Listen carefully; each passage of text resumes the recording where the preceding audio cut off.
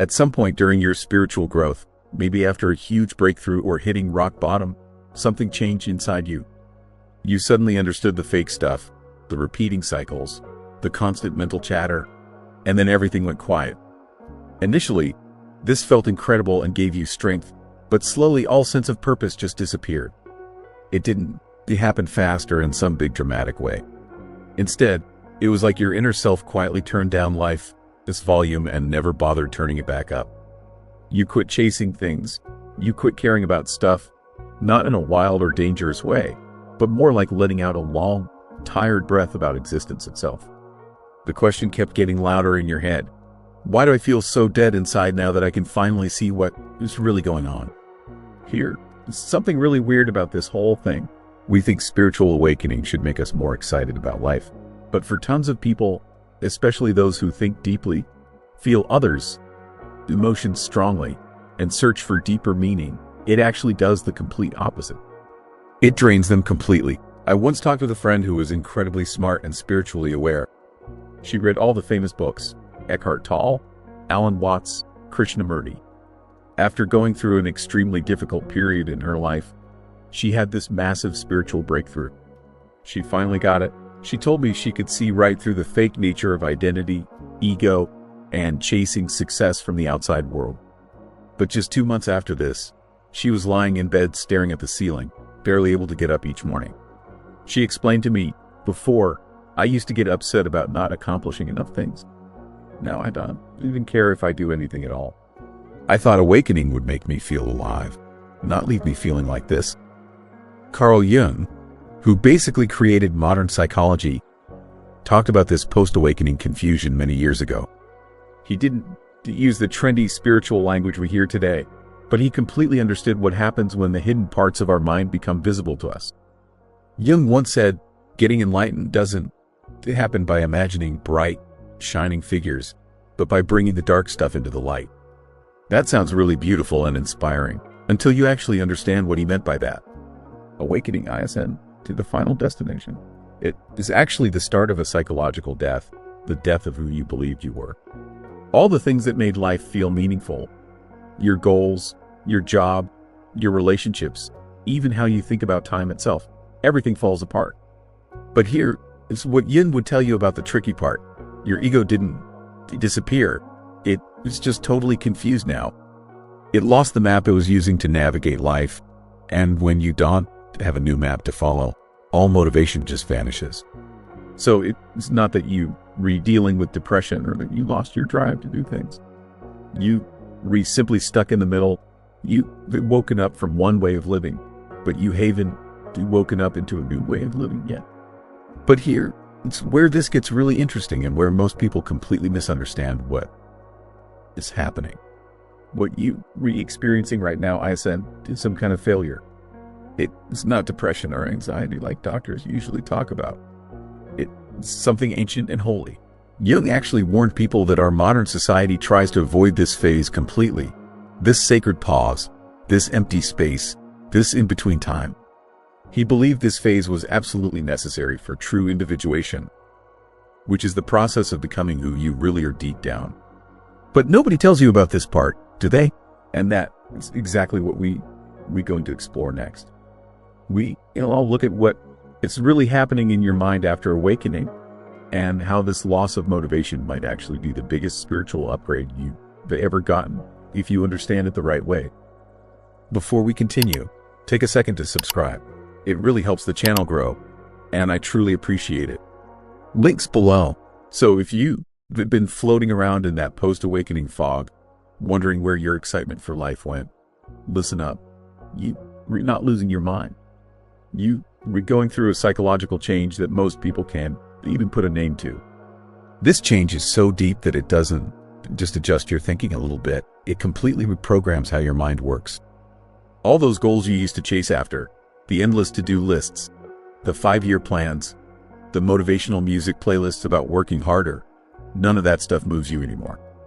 This isn't happening because you failing at life, but because your entire motivation system is breaking down and rebuilding itself. Carl Jung saw this pattern long before it became something people talked about all over social media. Let's break this whole thing down step by step. For most of your entire life, your motivation came from your ego identity, the me that you thought you were. You wanted to prove yourself to others, to be noticed, to be successful, to be loved by people. That is not wrong or bad. It is just how human beings naturally develop as they grow up. Jung called this the persona, which is basically the mask we put on to function in society and get along with other people. But the awakening process rips that mask right off your face. All of a sudden, you're not trying to get people to like you anymore.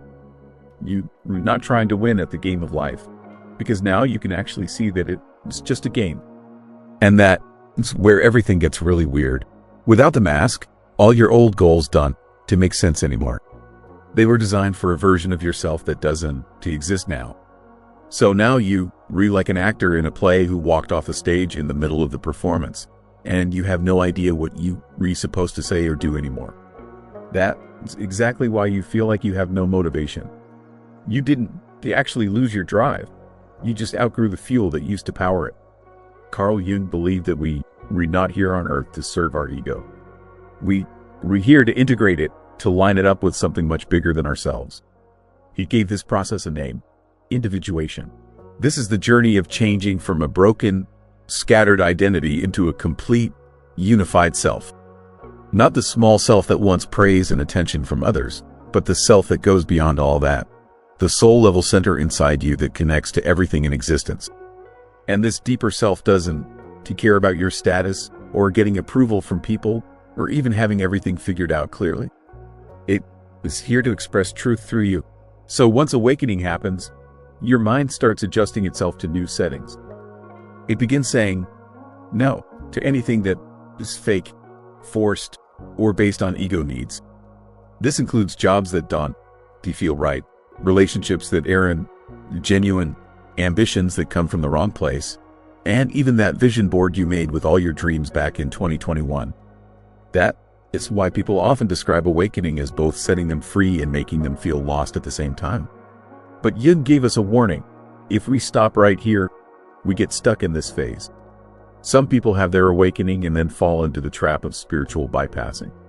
They convince themselves that nothing in life actually matters because it's all just an illusion anyway.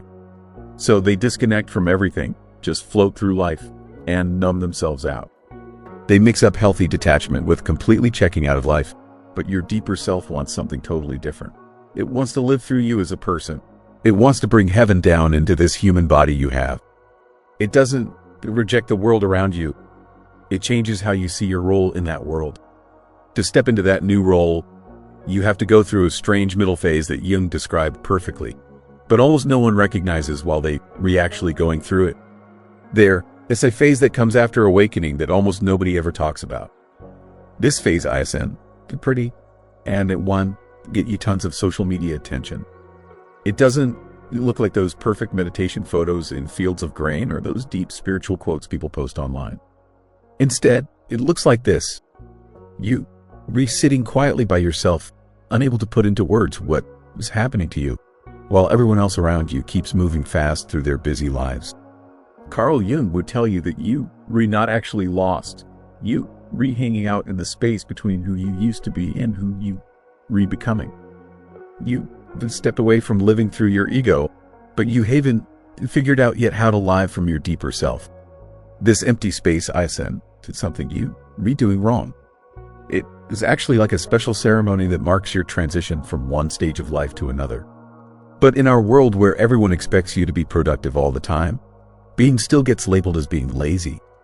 Taking a break gets confused with being stuck and unable to move. So you end up being hard on yourself about it. And when you judge yourself like this, it actually blocks the very energy that your soul is trying to bring back to you. Jung had a special word for this psychological pause that happens. He called it an antiodromia, which is basically the process where things flip over and become their complete opposite. When you have your awakening, the pendulum inside you swings all the way from ego-driven pushing and striving to soul-level quiet and stillness. You go from thinking, I have to do everything possible, to wondering, why should I do anything at all? And this swing from one extreme to the other is actually sacred and holy. It's exactly how balance gets brought back into your life. In old stories and ancient wisdom traditions, This is what they call the hermit phase. It's the death that has to happen before you can be reborn into something new. It's like that moment when a caterpillar turns into liquid soup inside its cocoon. It's not a butterfly yet, but it's not a caterpillar anymore either. It's just goo. And yeah, goo can to get things done or be productive. It doesn't hustle or work hard. Instead, it dissolves and breaks down completely. This is exactly where your ego starts to freak out. Your ego wants action. It wants a clear identity, and it wants to know which direction to go. But your deeper self is quietly whispering to you, let go of all that. Building something much deeper inside you. Here is where most modern spiritual teaching kind of skips over the difficult parts. It tells people things like, just follow what brings you joy, or keep your vibes high all the time. And while having good intentions and positive energy definitely matter, Carl Jung would tell you something important. If you try to skip over the dark stuff, you'll also skip over the treasure. Jung believed that shadow integration, which means facing the pushed down, uncomfortable parts of yourself, is absolutely necessary for becoming a complete person. It's not optional. It's not extra homework you can skip. It's the main curriculum of being a human soul. This sacred nothingness that you feeling right now is where your unconscious mind finally has enough space to come up to the surface. You're not failing at anything. You're reprocessing and digesting everything you've been through. Your mind is incredibly smart and wise. It will deliberately stop your motivation, your drive, and even your ability to see things clearly on purpose. It does this so you're forced to actually feel things, witness what is happening, and take back the parts of yourself that you buried away. That's the real work that needs to happen. And here is the beautiful twist in all of this. When you finally stop fighting against this empty void, something really strange starts to happen. Your motivation begins to come back, but this time it feels completely different. It's not anxious anymore. It's not about performing for other people. It's not about hustling and grinding. Instead, it's something older and much quieter than all that. It's a kind of movement that comes from your soul that feels more like remembering something you already knew instead of chasing after something new. Jung called this the emergence of the self, not just as an idea you think about, but as a living compass inside you that actually guides your decisions. So you walked through this void. You felt the silence, the stillness, and the deep pause that comes with it. And now something new is starting to wake up inside you. It's not like getting struck by lightning, and it's not like fireworks going off. It's more like a quiet inner pull that you feel. Not a pull to go back to your old way of living, but to build something completely new. This is where your deeper self starts to communicate with you. It doesn't speak in words that you hear, but in gentle pushes, in things that feel right to you, in what Carl Jung called living a symbolic life. Jung believed that once your ego has given up control and you've integrated your unconscious parts, you become able to live from a place that is deeper than just your personality. That is when life stops being about just surviving day to day and becomes about finding real meaning. And here is something unexpected about this. It is often beautifully ordinary and normal. When your deeper self is leading your life, you don't hustle and grind. Instead, you respond to what feels right. You're not motivated by being afraid of missing out on something. You're guided by what feels aligned with who you really are. You don't chase after clarity and understanding anymore. Instead, you recognize it when it shows up naturally.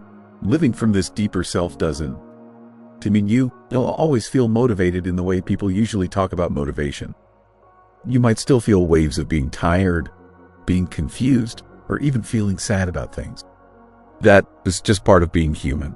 But there's one thing you want to experience anymore: that ongoing feeling of betraying yourself deep inside. You know, that sensation of forcing yourself through a life that just doesn't match who you really are. Instead, you might begin to realize something different is happening. You feel pulled toward creating things, even when nobody else is around to see what you're redoing. You find yourself saying no to opportunities that don't feel right in your gut, even when they look amazing on the surface.